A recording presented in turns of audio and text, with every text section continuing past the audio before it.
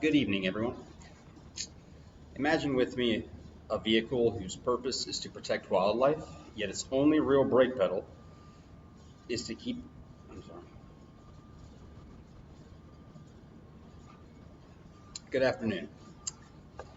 Imagine a vehicle that's purpose is to protect wildlife, yet its only real brake pedal to keep America's wildlife population from crashing is to deliberately make it harder for the very people it depends on to succeed.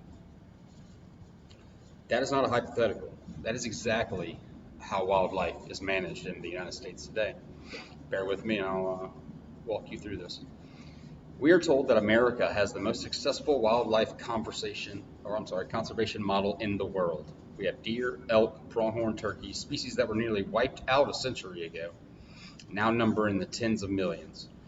For example, whitetail deer populations alone have exploded from just 500,000 in the early 1900s to over 30 million today. Thanks in large part to regulated hunting as the preferred tool of management. Now, the credit almost always goes to the North American model of wildlife conservation and its cornerstone, funding through hunting licenses and excise taxes on guns and ammunition. Hunters pay, so hunters get to hunt, and the wildlife supposedly wins. Catchy, right? It gives everyone a warm, fuzzy feeling. I know it did for me before I popped the hood and started looking for the gears that were turning. Beneath those success story lies a contradiction that so fundamental that it threatens the entire system. The only practical lever state agencies have to prevent overharvest is to restrict the effectiveness of law-abiding hunters. And they do it on purpose. Let me say that again. The agency's primary tool for a biological control is not better law enforcement, not real-time harvest reporting, not drones, satellites. It is deliberately shortening seasons, banning effective tools like suppressors or lead ammo in some places, limiting hours you can hunt, capping tags, creating complex weapon restrictions, and drawing convoluted unit boundaries that only a lawyer could love. They make hunting inconvenient, expensive, and difficult. Not because they hate hunters, but because they don't pursue research or even entertain other, possibly even more reliable ways to stop too many animals from being killed. Why? Good question. Because the system runs almost entirely on voluntary compliance. In most states, you can legally shoot a deer, walk away, no one will ever know. There is no mandatory check station in huge parts of the country. No required phone app reporting before you leave the field. No ankle bracelet on the hunter or the deer. Poachers get fined, sure, but the far bigger risk is the honest hunter who simply keeps shooting when the limits are reached. The agencies knows that if they made seasons long, rules simple, and gear unrestricted, a large fraction of even law-abiding hunters would take more than their fair share. Because meat is food, antlers are trophies, and opportunity is tempting. This reliance exposes deep flaws in our harvest data accuracy. Wildlife agencies routinely add 15 to 20% on top of reported kills to account for wounding loss. Unrecovered animals hit but not retrieved, plus other factors like disease and predation. Studies show modern crippling rates vary 10% overall in Wisconsin's GPS collared deer research, 8% in South Carolina, and up to 15% in Maryland archery hunts. Historically, in early 20th century Wisconsin, illegal kills and crippling losses equaled or exceeded legal harvest, up to 130 illegal deer per 100 legal bucks in 1947. Even today, these gaps mean reported harvest undercount reality, forcing agencies to tighten bag limits and seasons just to hedge against the unknown or the imaginary.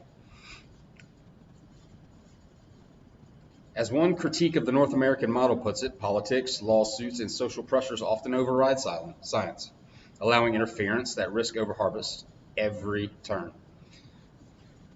So instead of trusting hunters with freedom, agencies use the incentives that keep most hunters ethical as a weapon against the model's own success. They know the average hunter is deeply invested in conservation. They know hunters want to feel they are part of something noble. So agencies sell scarcity as stewardship A 3-day season isn't a restriction, it's managing for equality. A ban on night vision isn't public safety, it's fair chase. A 400-page regulation booklet isn't bureaucracy, it's science-based management. And hunters accept it. They even brag about it. Look how short our elk season is. That's why our herds are so healthy. They have been conditioned to believe that frustration equals conservation. But frustration is not a management plan. It is a confession for failure. Regulated hunting generates $35 billion annually for the economy and funds conservation through 11.5 million participants. Yet population still causes 2 billion in damulation. Overpopulation still causes 2 billion in damages yearly from crop destruction, vehicle collisions, and more. All while alternatives like costly deer contraception remain impractical. If the system truly worked, agencies would not need to ration opportunity like Barrett and Morton. They would set biologically defensible harvest goals and then trust modern tools, real-time reporting, electronic tagging, trail cameras, gut piles, whatever it takes to enforce them. Agencies already use radio telemetry collars and GPS data to refine wounding loss estimates, proving technology can close these gaps and avoid using blanket restrictions. Instead, they cling to 1930s era controls because admitting the truth would be devastating. The model only functions when most hunters fail most of the time, which is a scary thing to hear or think about. Think about that. Success is measured not by how many animals are sustainably harvested, but by how many hunters go home empty-handed despite their skill, effort, and investment. The system does not reward competence, it punishes it with complexity. And the cracks are already showing. Hunter numbers have declined 20 to 30% in many states since the 1980s, with the industry distracted by this specter and no new conservation victories in 75 years. Young people look at the barriers, the costs, the short seasons, the maze of rules, and they choose something else. Recruitment stalls, revenue shrinks. Agencies respond by making seasons even shorter and tags even harder to draw, which naturally is going to drive hunters away, as it does many of you have experienced those pressures. It is a death spiral disguised as principled management.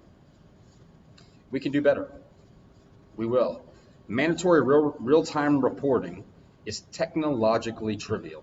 Colorado and Utah already require it for some species with almost no pushback, building on tools like GPS studies that reveal true harvest impacts. Electronic wing shoot reporting for waterfowl has been mandatory for years and works fine. We could have statewide harvest quotas that shut seasons the moment limits are reached, the way some fisheries already do.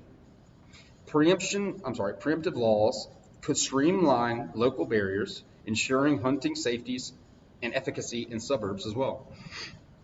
But that would require trusting hunters with data instead of distrusting them with restrictions. It would require admitting that the emperor's cloth are threadbare, and perhaps even rethinking outdated principles of the North American model to adapt to a new and changed world. Until then, remember this.